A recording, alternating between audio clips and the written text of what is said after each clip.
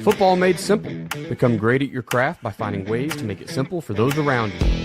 This is the Coaching 101 podcast hosted by Find a Way Productions with your co-host, Daniel Chamberlain and Kenny Simpson.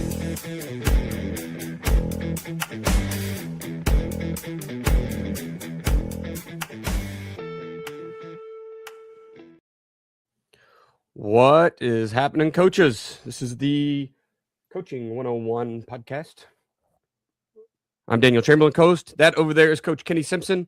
We are, we're jumping in a little bit late this morning, so expect a shorter episode, kinda, but it should still be a super good one. We're closing out season 7 here in the next 3 or 4 weeks. It's been a good one. It's been a really fun season trying to share some resources, and here as we get to the end, we kind of wanted to talk today about keeping things simple, keeping a simple system, because it is clinic season, Kenny. You've talked about that. You got your clinics going on. We're doing a clinic, and we'll talk about those in just a moment. But Glazier's going crazy. People are going all over the place for clinics.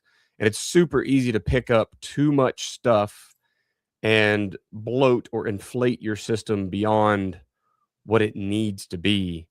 And so I think it's a great time to throw an episode out here just talking about keeping things simple and how you're going to win more games with simplicity than you are by trying to run every single thing of every coach you saw this spring or winter. So, it should be a super good one. Yeah, I hope so. I mean, I think you nailed on the head, Daniel. This is the dangerous time of year from now till probably May. This is the time of year where most coaches have probably made a decision, on what scheme they want to do, or close. They're probably pretty close on how I want to run this or I want to run that. You've probably already done it, hopefully, done a little bit of research into that system. And then if you're, a guy that listens to football podcasts, or a guy that likes to go to football YouTube, or a guy that likes to go to football Twitter, or me or Daniel, because we're those guys too, then it becomes danger time of there's a lot of really good stuff. Nothing's bad. Like, people don't post bad clips on Twitter or YouTube or on podcasts. Right. Like, they're not posting things that don't work. All this stuff works. The problem becomes, like Daniel mentioned, how much is too much. And so you start looking, okay, who are these great offensive coordinators at all levels? I think the Bears offensive head coach, who was an OC with Detroit, really, really good at what he does. But then you really break down, what is he doing? They're very good at simple things. And then you can get creative with your pen. Like, I think that's where we lose it as a coordinator sometimes is, teach how to block, teach how to catch, teach rules. And then you can get a little more creative down the road. If you jump ahead to creative first and not fundamental, it can crumble on you. And I think that's what I'm going to talk about that a lot today as we're going through being simple. Ironically, it's probably 2 years away, but a book, Daniel and I were just talking about the book we're writing. That's going to come out in about a year, maybe a little less than a year. But I've got one about 2 years down the road, and it's called Do Less, Win More: How to Keep Things Simple in Everything You Do in Life. And so I was just working on that book actually yesterday, so it's fresh on my mind. But I'm excited about this podcast. That won't be out for 2 years if you're interested. Hopefully I'll make it a good one. When you're writing so many books that you have to put them in the chute 2 years down, like, I think things are going okay. That's pretty good, right? Yeah, it is. Well, and these books, like the one we're writing, Daniel and I are writing, we could probably rush it out and get it out in a month or two, but I would rather it be really good. Like, that's kind of where I am now with books. I've got a couple books, unfortunately, if you guys bought them, that I probably rushed, and I hope you still enjoyed them. But I'm at the point now where I would rather let's make it perfect before we spit it out. Like that Buck book we put out, I spent a lot of time on that. That's been in the work for a long time. Right. It came out. We sold out of all the first shipment, sold out all the second shipment. And so finally got my next shipment in. If you're interested, that Buck book is available. I finally got some copies at the house. We had to go to a clinic, Daniel. We had the book and a piece of paper that said, you can't have this book. You can order it when the next one comes in, because I had not ordered enough. Miss Jamie was not very happy with me. But we did get another shipment that finally came in, so we can fulfill orders if you are interested in getting that book. Love it, man. Let's real quick, Kenny, let's get in the quote of the week, and then we'll go into the rest of our ads. Yeah. Quote of the week, coming from Team Themes Volume 6, which will come out probably sometime around July. That's when I've been putting those books out. This one's from John Wooden. The theme for this chapter is Poise. So again, this will be a new team theme book coming out. If you haven't used those books, you can go over to FB Coach Simpson and find Team Themes 1 through 5. All pretty good books. They have quotes, video clips, discussion questions, general overview of the point. We use them with our kids. It's been a really, really good thing. This one is from the newest book, Team Themes Volume 5 from John Wooden. It says, most people think of poise as calm, self-assured dignity, but I call it just being you. When you maintain your poise, you're being yourself. You're not acting. You're not trying to be something you're not. I thought that was pretty good because a lot of times we think as an athlete or a coach, we have to kind of put on like an acting mask, like be different than what you are, to try to stay calm in big moments. And I think it's good to have people that are calm in big moments, but I also think we've had kids that have succeeded in big moments that they're not calm. Like they're excitable. That's who they are. That's what they do. And I would prefer that, yeah, we might want to rein it in and keep things where we need to be, but we need to be who we are. And I think if we're in that mode, we got a better chance to succeed than if we're trying to be something that we're not. This is great because we watched Signetti win the national championship this year, and you watch him on the sidelines, and there's no emotion. Like that's his sarcastic eyebrow raises and yeah, right. So he's just there's no, and it almost sometimes seems fake for like a cause, right? He almost has like an agenda. Like I'm not going to let you know what I'm feeling. But my favorite coach is Brent Venables, and watching him on the sidelines is a show in theatrics. I mean, he is putting on a drama with it, and that's me. That is me. I am excitable. I am pumped up. I am fist pumping. I am running down the field with a guy that's broke a long run. I'm energetic. I am so pumped just to be on the sidelines. Honestly, like you don't want the bad things to happen, but anyway. So it's good to see both of those can be successful coaches, and I love this saying you don't have to be. You don't have to stand on the side like a sidelines like a statue, right? Like be you, just go be you, and people will respect that. Yeah, and that's ironic because I am more that way. Like I can get fired up, but for the most part, I'm pretty calm. But that's not because I'm being someone different; it's because I'm getting old. Like I can't run up and down the sidelines anymore like I used to. So Kenny tore an ACL, jumping and hooping and hollering. Correct. Well, that's what a lot of what we see. We see these super successful coaches. Well, they're in their 60s, or they're in their 70s, or they're in their 50s. Go back and look at them when they were in their 20s, and then their 30s. And if that's who you are, you're right in line with what that needs to be. I love it. Yep, exactly. Let's jump out here real quick. Let's talk about some ads. Ace Sports. If you haven't gone over to acesports.com and checked them out yet, please do. Go check that out. Go look at Kenny's. Go look at Southside's video board. Go look at Bixby's video board. There's tons of various sizes of video boards and types. I like Kenny's because he's got a screen and a scoreboard. Some people just have the full screen. Go look at and kind of start building your dream board there. Reach out to mark.bridges at acesports.com, and he can get you all the details. Kenny's the proof in the pudding there. I mean, we're over $2 million raised in essentially a 7-year span on 2 different boards, 2 different schools. But if you tell me I can put up a video board and put $1 million in the bank next, in 7 years, like I don't know an AD or a school board that's going to say no to that. So something to think about if you guys are looking for some ammo to get you a sweet little board. Winning Edge Performance Analytics.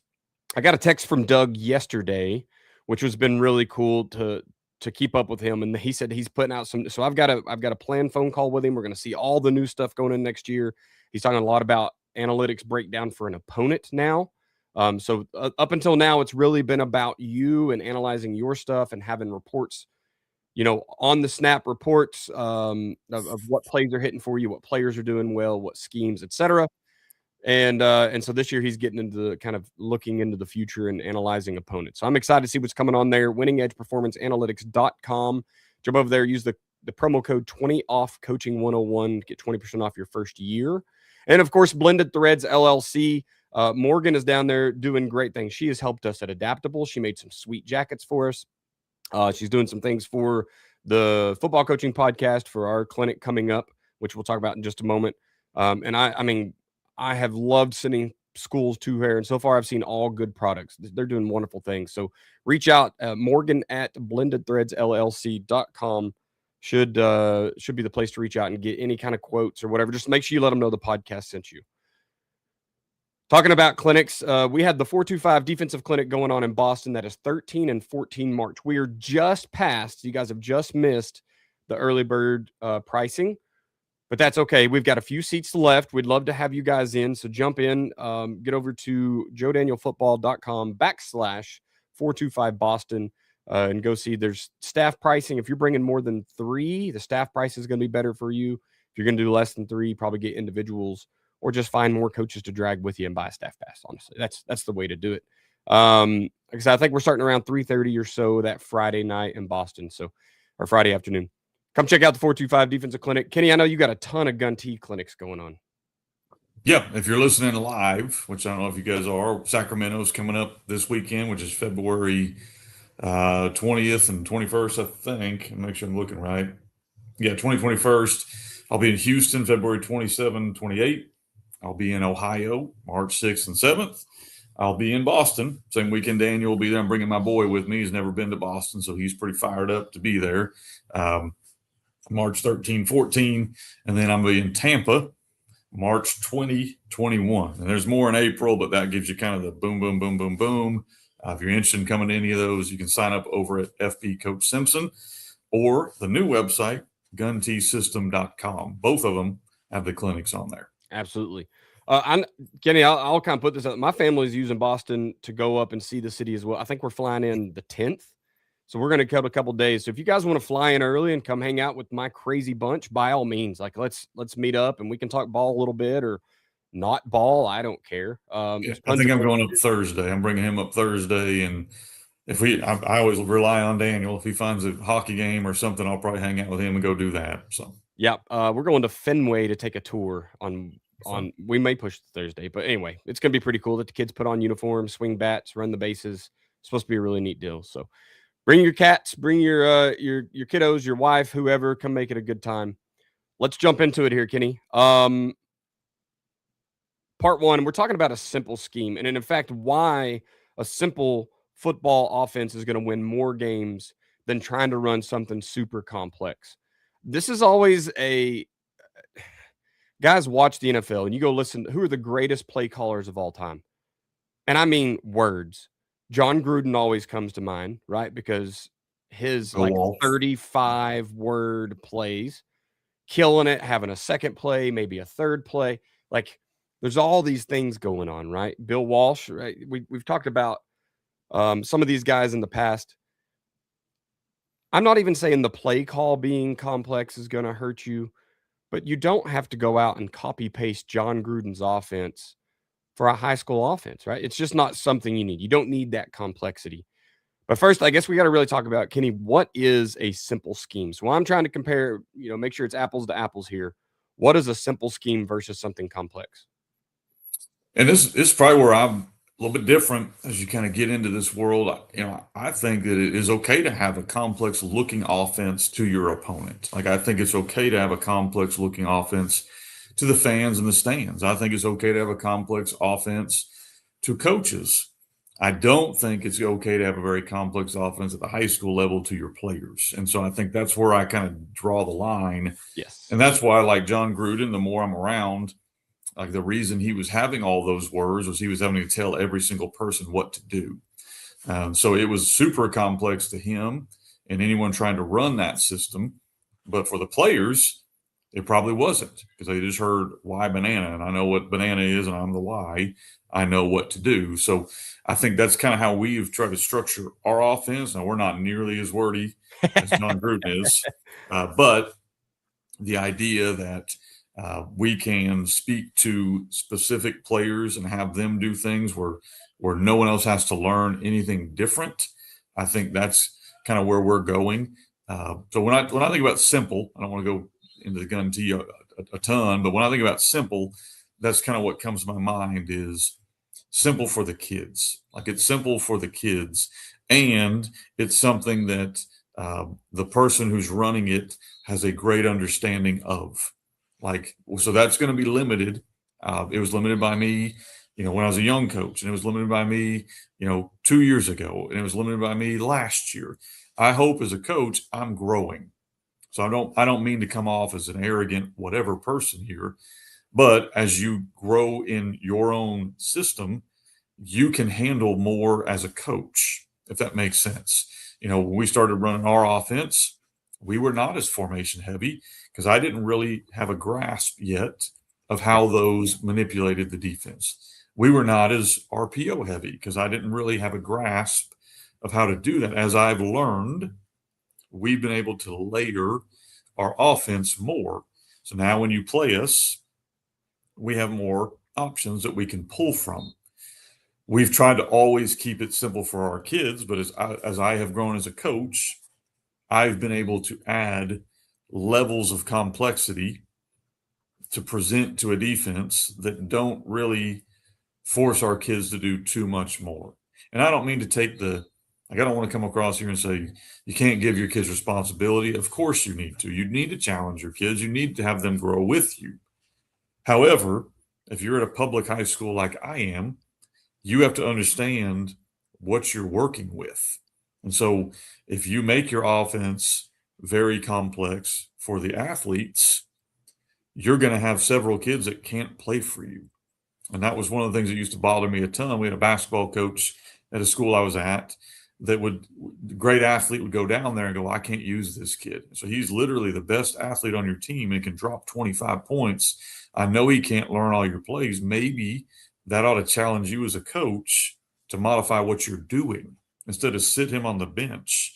And so I never wanted to be like that coaching football. I never wanted to have where, well, this kid will never be able to play quarterback for us. Well, he's the best athlete in the whole school we've ever had. I need to figure that out. So for me, you've got to make sure it's simple enough where those kids can run it. And some years for us, we don't have to be as simple with our kids. We can be a little more complex at specific positions. My son played for me this year at our wingback. He had more things that we've done with our wingback than we've ever done because he's grown up in this. He's grown up with a coach. He's a 30-something ACT.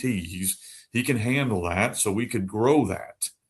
When the sophomore first year in the system would go in for him, we had to take some of that out. It's not because that kid's not smart. It's just because he's first year doing it. So you need to have a system that can give the appropriate amount of responsibility to the appropriate kid when the time comes. So it's not simple for you as a coach. It won't be simple for you as a coach. And then the last part I put on here was you have to have such a good knowledge of what you're running to make those changes year to year. Like year to year, we have this kid in here. Here's the changes we're going to make. Then you have to have such a good knowledge of your offense. You can make the changes immediately during the game. Like you have to have that ability to make the changes. You cannot make changes to every single scheme you have if you have 1,000 schemes, 100 schemes, 35 schemes.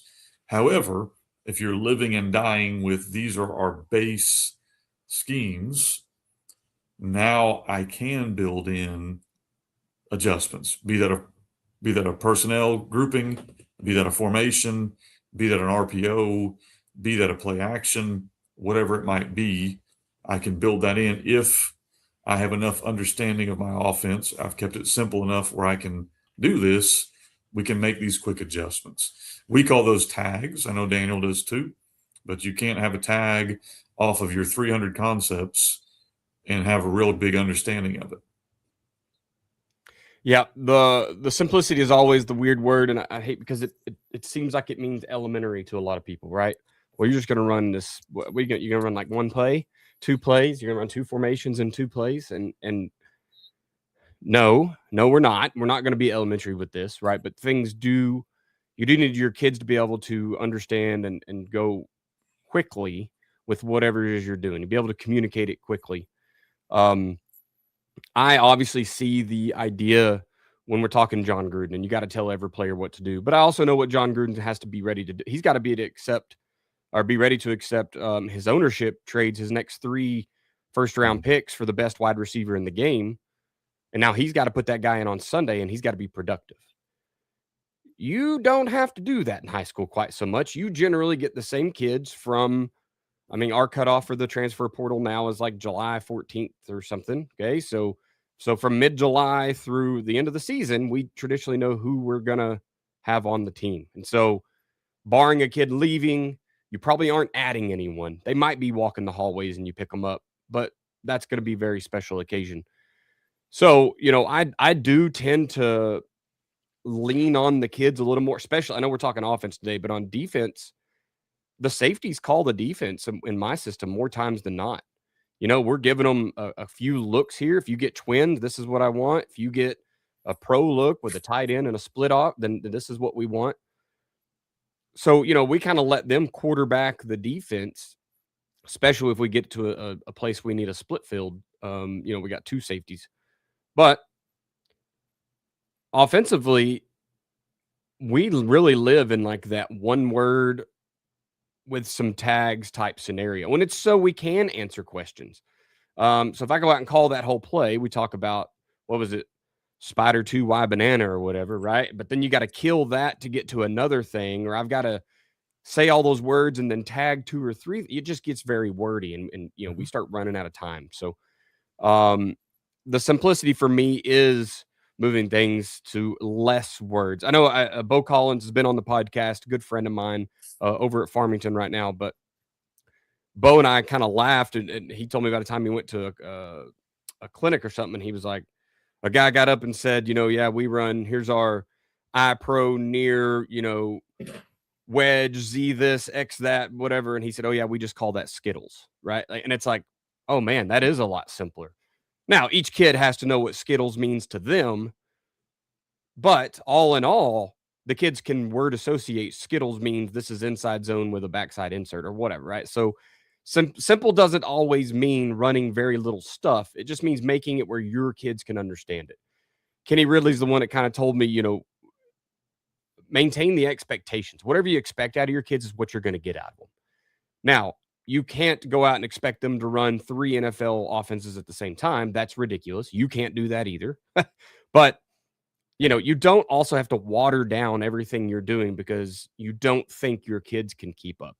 I've learned here the last 6 years that the more you lean into them, the more they give you, and they're hungry to learn. There's always going to be a kid you got to make exceptions for. And I don't care if it's an O-lineman, you put a stinking a red armband on his left and a blue one on his right, or I guess vice versa, those blue on the left and red on the right, and tell him this is a blue play, and then tell everybody else what he's doing. That's fine. You can simplify for one kid, oversimplify, I should say, but you don't have to water down what you're doing. The kids are going to get it a lot. So, I think simple just means something that you understand, you can problem solve on the fly, and that your kids understand. And once you get there, I think you're going to be okay. Coaches as well. We need to talk coaches a little bit too, right? Coaches got to be able to coach up their position group. They got to know what's going on. So getting everybody on the same page, letting them think fast and do that stuff at game speed is the key. We kind of covered this one already a little bit, but what are some reasons why you think simple wins more games than the complex stuff?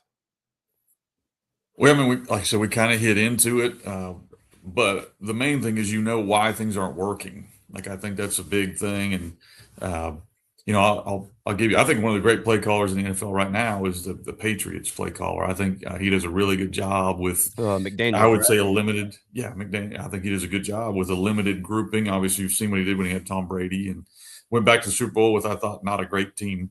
No offense to them, but I think he does a really good job. And you watched the second half of the Super Bowl, which was not a good game for them. But he was able to make adjustments within his scheme quickly to at least give him a chance. The Seahawks were pretty good. I mean, it was going to be difficult, but he was able to kind of make some adjustments as he went. I think that's when I look for a play caller of who's good, it's somebody who knows why things aren't working. Like, anybody can go, well, we dropped that. Okay, yeah, obviously. Like, I'm not talking about that. I'm talking about, like, why are our base sets not working with this formation, with this personnel group? Why is it not working? Why are we struggling with, a nose tackle on whatever run play we've called? Why are we struggling with edge perimeter blocking on this concept? you have repped this stuff so much, you know the adjustments off of that. And if you're really good, your kids know them. Like our kids have started to pick up on things like, hey man, if we're cracking a safety or blocking a DB and he's flying upfield, they'll kind of look over at me. They know what the RPO is. They want me to call it because they know this could be a big one for me. Yes. Or our O-line, same deal. Like our O-line, hey coach, they're giving us X, Y, and Z. Look, we need to go to this concept because that'll, like for us, we run buck and we run pin and pull and knowing when to call which. Now our kids are starting to kind of know, hey coach, they're playing this kind of technique. This will be better for us because we've really hammered home this is what our identity is going to be on. And so we can make these adjustments mid-game. I think that's the ultimate test of, is your offense, and the word Daniel used, simple, which I would use too, simple enough as you can make those adjustments. You're going to be a whole lot more, in my ability, a lot more confident making those adjustments when everyone's kind of on the same page. Everybody knows what you're going with. I think that the kids will play more confident. And I think that's big. Like a kid's playing fast and playing confident. I think the first guy to really come around with that he was at Oregon. I'm blanking on his name, Chip Kelly. Yes. Who came around with fast offense, one word, no Mazzoni's kind of in that grouping too. They started kind of figuring out if we use these really simple concepts and we play really fast, that's also an advantage to our kids. Like playing fast with simple concepts can help us. So I think offensively, you can't do that if your concepts aren't simple. Like you can't, like John Gruden in the huddle, given a 35-word whatever, he has to have a 2-minute package where it's really simple. And some guys have decided that's our whole offense. Why not make that our whole offense? Because we can be simple, we can move. So that's kind of where you get into this world of you got to make decisions on how simple are we going to be. Some of that needs to be determined on what kind of tempo do you want to run. How many of your kids go both ways? How many of your, those are questions you've got to ask. What's our football IQ on our team? Those are the questions you've got to ask on how simple we're going to keep it, because that's what's going to show up in the game. And it'll show up if you're not being simple enough with kids playing slower, blown coverages, blown blocking assignments. For us, we may get beat. It happens. I never want to get beat due to a pre-snap alignment. I never want to get beat due to not knowing my responsibility. I never want to get beat doing not knowing where my eyes are supposed to go.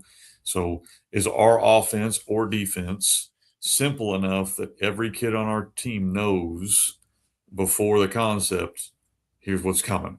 Yeah. They may get beat, but they know what they're supposed to do and what's coming. Those are the questions you need to ask as you're getting into this February to May time period of, is it realistic to expect this kid to know we want to run 5 coverages? Well, how does that look against empty? What about empty trips? What about empty quads? What about tight end nub? What about, all these things? Can my kid know his rule?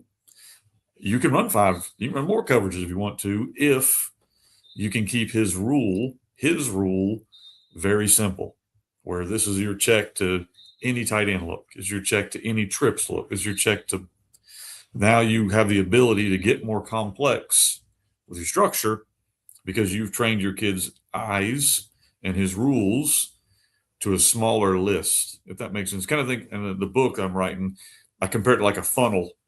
Yes. At the top of the funnel is the coach. You're taking all this information in, then you're bringing it in, and that's where your assistant coaches are going to kind of come in. Your position coaches are going to come in. You bring it in a little bit more. That's where probably your more intelligent, more football IQ, more football savvy, experienced players are going to live. And then at the bottom of the funnel is that sophomore you got to play. Like he's got to be able to function within this funnel for our system to be able to be successful. So kind of think of it that way. Yeah, and I've never really thought about, kids can move up the funnel too, right? And that's kind of a freshman to a sophomore to their senior year. they can take more and more because they've had more experience out there. Sometimes they're up there and you don't even know it. You aren't feeding them anymore, but they're picking it up on their own. So that's actually good. I wanted to go back and comment on your 2-minute drill thing and how some coaches are flipping to where like it's always 2-minute drill. How many times have you seen a stalemate of a game and then, oh my gosh, it's about to be halftime, and all of a sudden a team goes for 75 yards on 4 passes and scores, right? And it's like, why didn't you do that the rest of the game? Like, what were you doing for a quarter and 3 quarters, right? Like that's why not this all the time? So I think it's a good point, is like sometimes those super simple, fast-paced things just get people in a rhythm. You can also go out there and throw incomplete passes 3 in a row and give them the ball back, and they're going to have their own 2-minute drill. But there is some merit there, right? Like I hate watching a game that's boring. Not boring. I love defensive struggles, but nobody can move the rock. 2-minute drill. All of a sudden it's a touchdown. Like boom, boom, boom. Yeah. How did you not see that and get to that sooner? So anyway, I think the reasons why simple wins more games than complex is, and you've touched some of these, but I want to give my side here, better execution in the fundamentals. So if you, let's just look at gap scheme versus zone scheme. If you never teach a single zone scheme thing and you figure out how to cover all those runs in gap scheme, your kids are going to be that much better at gap scheme, right? We didn't have to split my install for a zone day and a gap day. I didn't have to split any of my practice time throughout the week for inside, outside zone, and then power counter, duo, pin and pull, buck, right? You can simplify, let your kids practice the fundamentals of gap scheme more, or zone scheme. I'm not saying you have to pick gap. I love watching Nick Caduti and everything he's doing down in Texas right now, and he's just outside zone. Mm-hmm. Once again, he's just practices the fundamentals of outside zone over and over and over, and now his kids are that much better at it. So keeping things limited in that sense, I think helps you execute better in those fundamentals. Fewer mental errors at game speed. So, if kids go out and they have less things, and Kenny, I'm leaning towards flipping my line in my system because I've seen you do it and it makes so much sense. If your strong tackle is always a down blocker, he never has to worry about being the puller on GT. That's not even a buck system, right? Like he knows I'm either down blocking over here or I'm down blocking over here. There's not a lot of things coach has me doing. So I can even take more off his plate. And allows you to put athletes that need to pull and kick and pull and wrap in those places too. And I carry a lot less buck than you do. So my guards can't both be my stud athletes. It's got to be a guard tackle. But still, fewer mental errors because they just have less things to do. You can watch NFL teams, and I don't like seeing it, but it does normalize to me that what we're doing is not wrong. Our mistakes doesn't make us bad coaches. But when the Philadelphia Eagles 2 guards pulled and ran into each other because they were both running gap scheme away from themselves, and on the inside I went, haha, yep, we have that, right? We've seen that. And it stinks, but it's real. And so if one of them is never a puller, then why would he pull? He's never going to be the puller. So he shouldn't even practice pulling. Once again, limits mental errors, limits the practice reps you got to give them. And then the ability to add looks without adding complexity. So once again, get back in that modular tagging system. Look, if you want to pull your front side tackle, right? You're trying to run pin pull, whatever the problem is, the answer is pull him and tag him to force him to pull. Great, do it. And now you can attach that to inside zone, and now you've got truck toss, or outside zone, and now you got truck toss. Or you can do it to run and buck away, and now you've got a version of a kind of a ghost pull, or a manipulating pull, right? We're gonna tag this one stupid tackle pull to the boundary, and then we can attach that to anything. Now I got dart, and all I did was run inside zone backwards. You can just do so many things, and your kids are like, okay, cool, we're running this play with this tag. You can do it in a passing situation and roll out behind him. It doesn't matter. That tag becomes universal, becomes modular. You can use it wherever you want. Obviously, not all those are going to be super sound. I'm making that up on the fly, but the point is, if you just want to run a speed out with a number 2 receiver, I can do it in any passing concept, or it can be my RPO this play. The tag becomes universal, so I can make a lot of things look more complex. I can add depth to very simple plays, but it's not complex for my kid. He knows a speed out is this tag. Last part here, Kenny. So how do we take what we have now and then simplify it to kind of make things more successful? So I've gone in, I've bought the gun tee, I bought the Joe Daniel pistol power offense, I bought End Zone from Noel Mazzoni, I bought the Bixby package. I bought. I'm air raid certified now. I've got all this stuff. I'm trying to use it all. How do I take all that and get it back down into one package that my kids can run this fall? I think first you got to find an identity. What's your identity going to be? And there's lots of teams have won. I don't want to get on here and preach. Teams have won championships with about every identity you can think. So I'm not going to say this one wins over the other. Our belief, I can speak for our belief, is that you have to be able to run the ball and stop the ball before you can kind of progress to whatever else the next one is. That doesn't mean I'm right or wrong, but that's the way our program starts with our identity. So we start kind of there. What are our core runs going to be? What are our core run fits going to be on defense? We kind of start there. Then we will build out towards how do we attach, like Daniel said, how do you start to layer? All right. So for us, I'll give you just a real quick example. We run stick. Everybody runs stick. We didn't invent stick. We probably got it from somebody else. But basically for us, we did modify stick a little bit. We'll run an inside post. Basically, our number one receiver will run the post. Our number 2 or 3, depending on who we want to run the stick, will run the stick route, which is basically an option route at about 6 yards. Sit at 6 yards, work in or out, get open. Number 2 or 3, whichever one's not running the stick, knows we have some kind of flat route, depending on where we are. If we're on the line of scrimmage, to shoot. If we're coming from the backfield, it's usually a bubble. If we're coming from motion, it's usually a shoot or a bubble. Okay, so that's stick. All right. So we can run stick. We can tag it. We want to run stick with our number 2 receiver. Well, we got a word to make sure it says his position stick. We run stick. Maybe their trips adjustment is to jam number 2 and not let them. So now we're going to run stick with our number 3. So we'll call the word that tells him to run the stick. The other guy knows I run the shoot. X runs the post. Well, now I want to run that play, but the safety's biting on the stick. So I want my quarterback to read deeper. I want to read stick to post. Well, we got a word in our system that tells him, now your eyes don't read the overhang. They read the safety. Well, then we can tag it, like Daniel said, to a run. No, let's just use buck because that's an easy one. We're going to run buck and we're going to run stick at the same time. Depending on our quarterback, we might pre-snap read that. There's 2 on 3. I want you to throw it, read what you normally read. It's 3 on 3. We're killing the pass, hand the ball off, run the ball. Okay. We might post-snap that, where we have a word that tells him you're going to read the inside linebacker on this after the snap.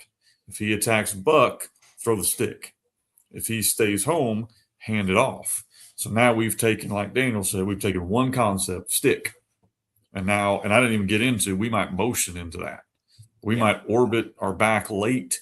We might flash him out late and he's number 3. We might bunch our kids up. There's lots of ways. So that's just the next element. So we've got different ways we can run stick to different kids from different formations.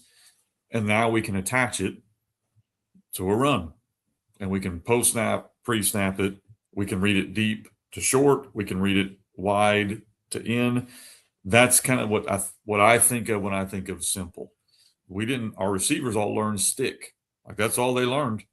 Our linemen are either going to pass protect or they're going to run whatever we've attached to it. Like that's all you've done.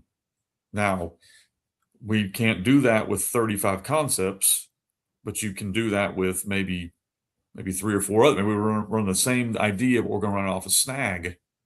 Same deal. We can tag who to read. We can get to snag different ways. We can attach snag to an RPO. There's lots of ways you can do this stuff, but you need to be really good at it, because I can do all of the stuff I just talked about, and we suck at throwing and catching. It ain't gonna matter. Or we suck at block and buck. It ain't gonna matter. Like you got to make sure you do that part first, then you put them together. Like, can we down block? Can we pass pro? That's what our line have to know. Our receiver, do we understand how to run a stick? What if he plays inside leverage? I got to work out. What if he's outside leverage? I got to work in. I got to work that. I can't just run routes on air and add another concept, because I can't problem solve within it. And so you got to do that part first. Then you tag, layer, combine, or Daniel, I think it must be a Joe Daniel word, module, whatever his word is there. Oh, that's me, baby. I That's coined you? something. It's modular. Well, there you go. So the modular, whatever you're going to call it, but we would just call that layering. It's the same idea. We're going to take this concept we already have and blend it with this concept that we want to look at and have words that tell our quarterback when to do what. Yeah. And so that's, in my mind, offensively, if you flip it over, defense side of the ball, maybe it's a blitz. Maybe you have a word for edge blitz. Like what we want to come off the edge. All right, well, who comes off the edge? Well, our outside linebacker comes off. Well, we need to have a word that tells him to come off the edge. What if I want to bring our Mike linebacker off the edge? What if I want to roll down a safety and bring him off the edge? You know, how do we get to where that word can be tagged to multiple kids? Our D-line, no. If we're bringing an edge rusher, we're probably slanting the other direction. You know, like that should be inferred, but we need to teach it. What if I want to bring, you know, I don't think I would want to, but what if I want to bring two guys off the edge? Could I do that? You know, how would I roll the coverage to it? If I want to roll cover three, can I roll cover three with one of the safeties? Can I roll it with a flat corner where I can jump a screen? Can I roll it to the single receiver where I can basically double cover him? Can we take one coverage, roll it multiple ways, and then pair it again with our edge blitz? So I want to roll cover three and I want to blitz. I got to have the words that layer into that. But just like offense, if you suck at covering and tackling and you haven't taught them how to blitz, you can draw up whatever you want. The drawing of it is nice. The execution of it is way more important. Yes. Yeah, getting those blitz paths, that's a very fun way, a very simple way teaching blitz paths, and then just tag it to whoever's going to go on them. That's awesome. You know, you really kind of covered it all there, Kenny. I know that. Sorry. Yeah. No, it's okay. And I am just a pupil to you and Joe both. And so anytime I got you talking defense just now, and you're the gun T guy nowadays. So that's exciting for me to get to hear you're the way you think about that. You know, I would just say, just put things into, like I said, into modules. And I like modular. I always think about our weapons, right? A military guy, you want to add all the flashy parts and pieces and lights and lasers and grips, and it's just a very modular system. So I think about the same thing in football. It's how my formations are, or my plays, whatever. So yeah, that's what I would try to recommend, is if you're trying to simplify what you have now and getting it down, burn it down. Just put that bad boy in the crock pot and cook it down to, you know, a few core concepts. You've got to stick with some base ideas, trim all the extra stuff for a while. And then, Kenny, like I said, you know, you can always add on later as your kids become more comfortable. You talked about a defensive lineman has to know to go away from a certain blitz. Once you get that baked in, you can do whatever you want off that edge. He knows, hey, something's going on out there. I better go away, right? So it's kind of the same thing on offense. Once you get gap scheme in, the kids will start to understand the differences. We were talking about ISO last night, me and actually Bo Collins, and how you have to block ISO and what are the old school rules. And I was like, heck, it's been 20 years since I've heard anyone get in power I and run ISO at a level that they were willing to tell me their blocking rules. Can we just do that at a duo? And he was like, yeah, I think you can. Like, football's so modular. You can teach your O linemen very core concepts, and then let all the crazy athletes in the backfield do all the other stuff, right? Let them do the modular stuff. So I think that's how you make things simple, simplify what you have, and get back to being super successful. And then you can expand as needed. All right, man. I think that's it, Kenny. I think we checked all the boxes today. Like I said, a little bit shorter episode. I didn't even fill out the situation of the week because I screwed up. So, yeah, I guess we'll cut it there. Sponsor ads, don't forget to go over, check out Ace Sports on acesports.com. Email mark.bridges@acesports.com if you want to kind of get in with him. And guys, it is absolutely a great time to be dealing with Ace. It's a great time to get those guys in front of your admin, get them in front of your AD, get them in front of your head coach if you're just an assistant or a coordinator or something. And heck, text Kenny, text me, like text the guys that can help give data and help give an understanding of what exactly Ace Sports is trying to do for you. and what those video boards really represent. Look, if you're a basketball guy or soccer or any other sport, it doesn't matter if you're indoors or outdoors, there's boards for you. We can get those in and then just show you how to make them a money-making machine. winningedgeperformanceanalytics.com. Remember, Doug is adding to. He's got the foreshadowing going on now, so he's be able to analyze your opponent this week. I'm excited. Once again, I'll have way more details after our phone call, but it is an exciting time to kind of be a part of his program and getting into what he's doing. winningedgeperformanceanalytics.com. Jump over there and see what's new today. Sign up, use the 20 off coaching 101. Yes, that'll give you 20% off your first year with this program. And then, of course, you still get all the new stuff that comes out. And then last but not least is Blended Threads LLC. Jump over to blendedthreadsllc.com or email Morgan at blendedthreadsllc.com and see what she can do to help you. Like maybe you just want to build a team store at your stadium. That's one of the coolest things I think Owasso did for the fans was you show up, you ain't got a sweater, they sell those here. We have a team store. Maybe you want to do coaching swag. Maybe you're wanting to order shirts for, players of the week, whatever. Let those guys kind of see what they can help you do price-wise. Social media, I am at Coach Chambo OK on Twitter/X. You can email me at chamberlainfootballconsulting@gmail.com and jump over to Patreon, patreon.com/chamberlainfootballconsulting. Find a tier that looks right for you. If there's not one there, DM me, email me. If you got my number, call me, text me. We'll make a tier that looks right. Kenny, where you at, sir? All things FB Coach Simpson. So at FB Coach Simpson on Twitter, fbcoachsimpson@gmail.com. And most of our stuff lives on fbcoachsimpson.com. And there's a new website, right? GunTeeSystem.com. Is that right? GunTeeSystem.com. Moved all the Gun Tee stuff over there. The system owners are there. We've got some free stuff we're giving away to kind of encourage people to go to that website. There's a free overview of the offense, a whole 40-minute course for free, giving away several PowerPoints as well. System owners, if you're listening to this and you want to be one, that cost is about to go up. We've added now 4 books since I've raised the price on it, so it's becoming a little more expensive. I had to obviously pay for a new website too. So if you want to be a system owner, you can take all the stuff you bought.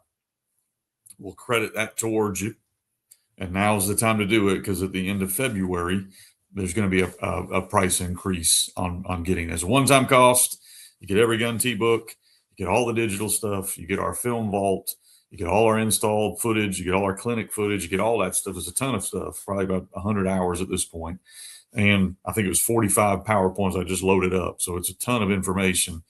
If you want on the Gun Tee, it's probably the most inclusive thing you can get. If you've already got a bunch of that stuff, we will credit that right back to you. Like we're not going to make you pay full price if you already got half the stuff. Right, if you already bought all the take that off. And then the best part of it is, if you get in and we add stuff, you get it for free if it's digital. And if it's physical, you just pay the cost it is for us to print it. There you go. If there's previous Gun Tee system members, when they go to log into the website, is it all their same stuff or do they need to create a new account? Yeah, we send an email out. So if you're not getting my email, which happens, sometimes they'll bounce around and do whatever. We have you're moving over for free. So, but you do have to there's a code I got to give you to let you move over for free. So email me or text me. If you're a system owner already, we're moving those guys over at no cost. It's a much cleaner site, much easier to navigate. I think they'll enjoy moving to this site because it's going to be a lot easier to kind of find what they want to find. Love it. All right, man. We appreciate y'all jumping in today. I want to thank you for being a listener to the Coaching 101 podcast. We hope you'll join us next week as we continue to make the complex more simple. Please consider subscribing to the shows. You'll always know when the new episodes are out. Go to the websites. Go check out all the stuff. We'll leave you with this. It's hard to beat someone who never gives up. No matter the situation, find a way.